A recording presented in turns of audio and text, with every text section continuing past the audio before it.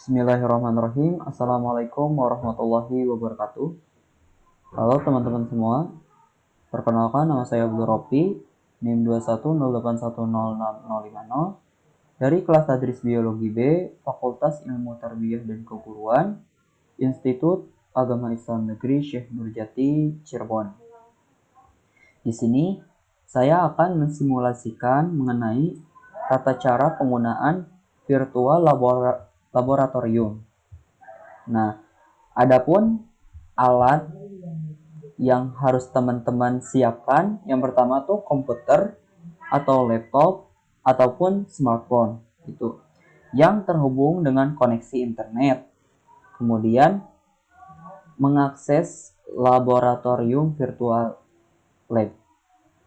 Mari kita langsung simulasikan.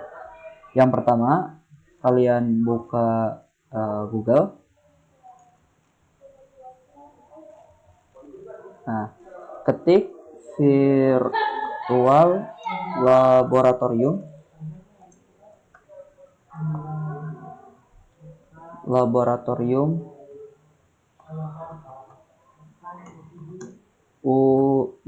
Universitas 11 Maret UNS.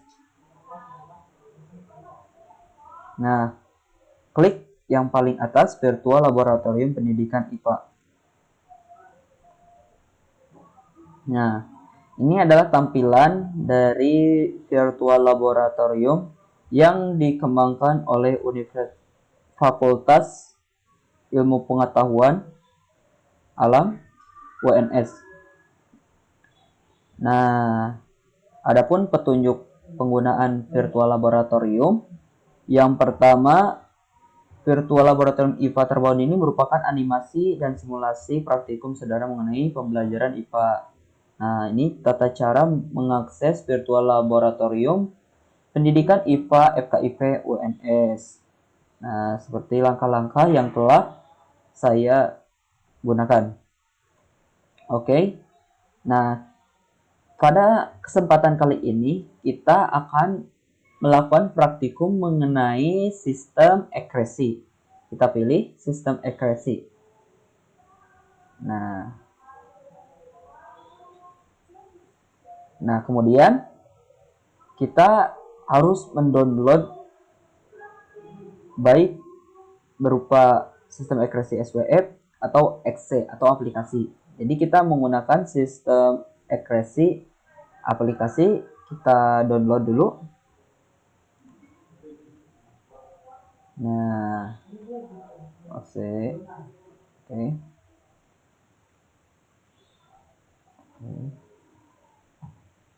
Nah, setelah terdownload, silahkan kalian install.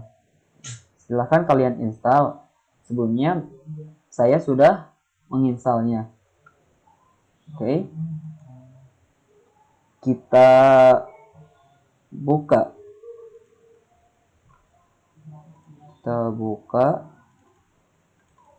Oke.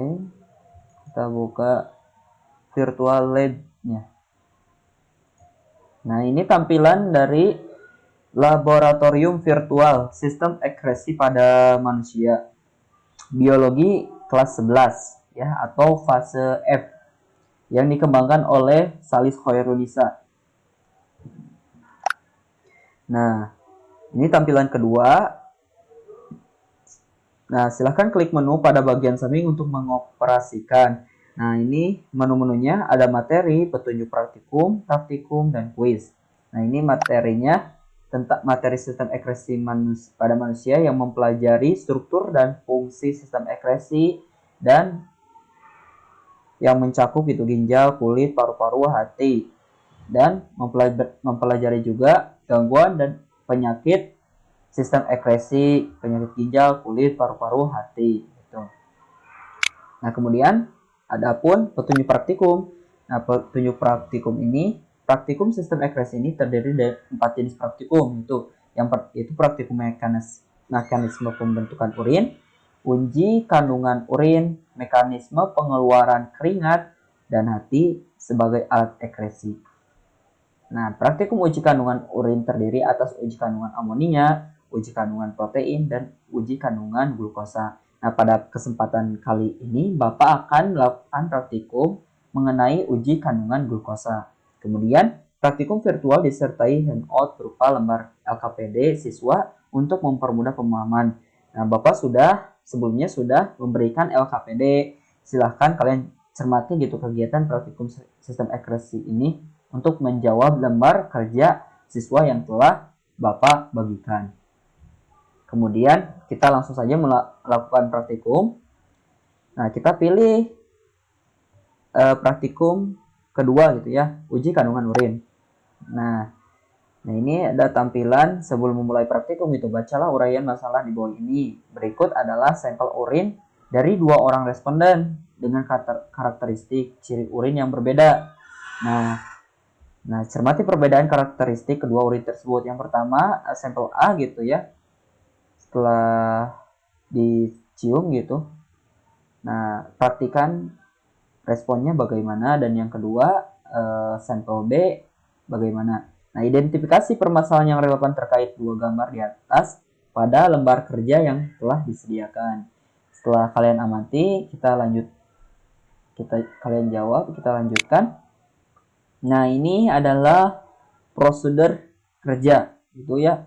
Kalian rumuskan permasalahan sesuai hasil identifikasi masalah sebelumnya pada lembar kerja siswa. Kemudian kalian buat gitu hipotesis lembar jawaban sementara mengenai rumusan masalah yang telah kalian buat pada lembar kerja siswa. Kemudian buktikan hipotesis kalian melalui praktikum virtual dan studi literatur yang relevan gitu. Nah, pada uji kandungan urin ini gitu ya, dalam materi sistem akurasi gitu, terdapat beberapa topik praktikum, salah satunya yaitu uji kandungan urin. Nah, uji terhadap urin manusia memiliki tujuan tersendiri, teman-teman. Itu misalnya untuk mengetahui kandungan urin dan untuk mengidentifikasi kelainan ginjal dari hasil pemeriksaan urin. Nah, uji terhadap urin yang dapat dilakukan diantaranya yaitu uji kandungan glukosa pada urin. Nah, yang pertama yang akan kita identifikasi itu atau kita lakukan praktikum yaitu uji kandungan glukosa pada urin.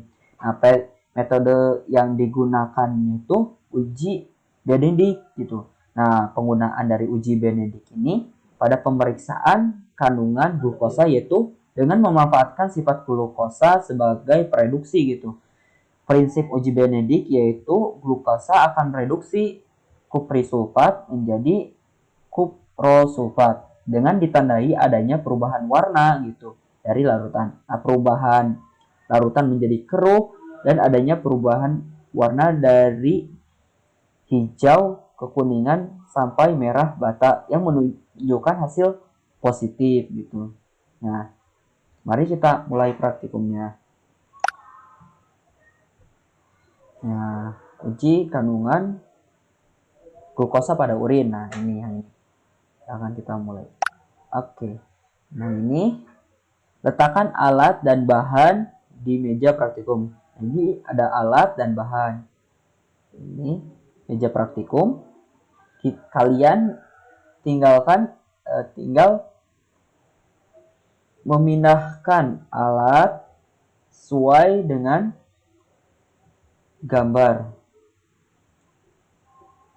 Oke. Benedict, kemudian Benzen, kemudian pipet tetes, correct gas, sampel B dan sampel A urin.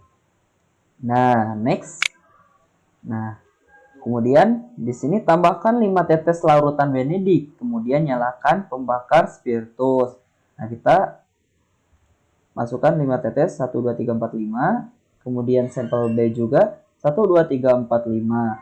Nah, kemudian kita nyalakan nih pembakar spiritusnya, panaskan kedua urin tersebut. Amati perubahan warna dan catatlah hasilnya pada lembar kerja. Nah, kita panaskan, pindahkan. Oke, sama yang B juga. Nah, ini yang sampel A itu sebelumnya berwarna apa dan setelah dipanaskan berwarna apa? Setelah dipanaskan berwarna merah bata, sampel A. Sampel B berwarna biru, kocok warna biru. Nah, saya panaskan ya. Kemudian, oke. Nah, buatlah kesimpulan gitu. Kalian kerjakan juga evaluasinya ya.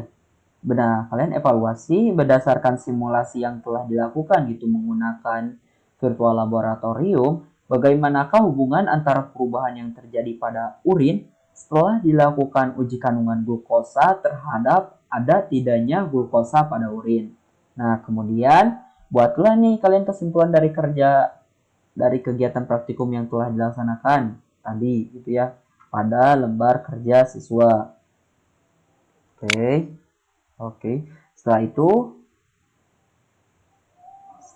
selesai, kalian bisa mencoba praktikum satu gitu ya. Praktikum mengenai sistem ekresi ini, baik mekanisme pembentukan urin itu kan,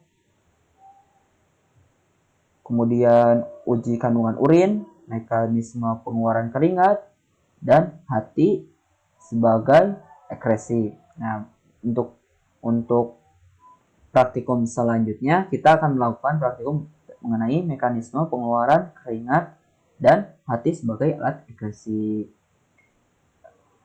Oke, silahkan kalian lakukan sesuai dengan langkah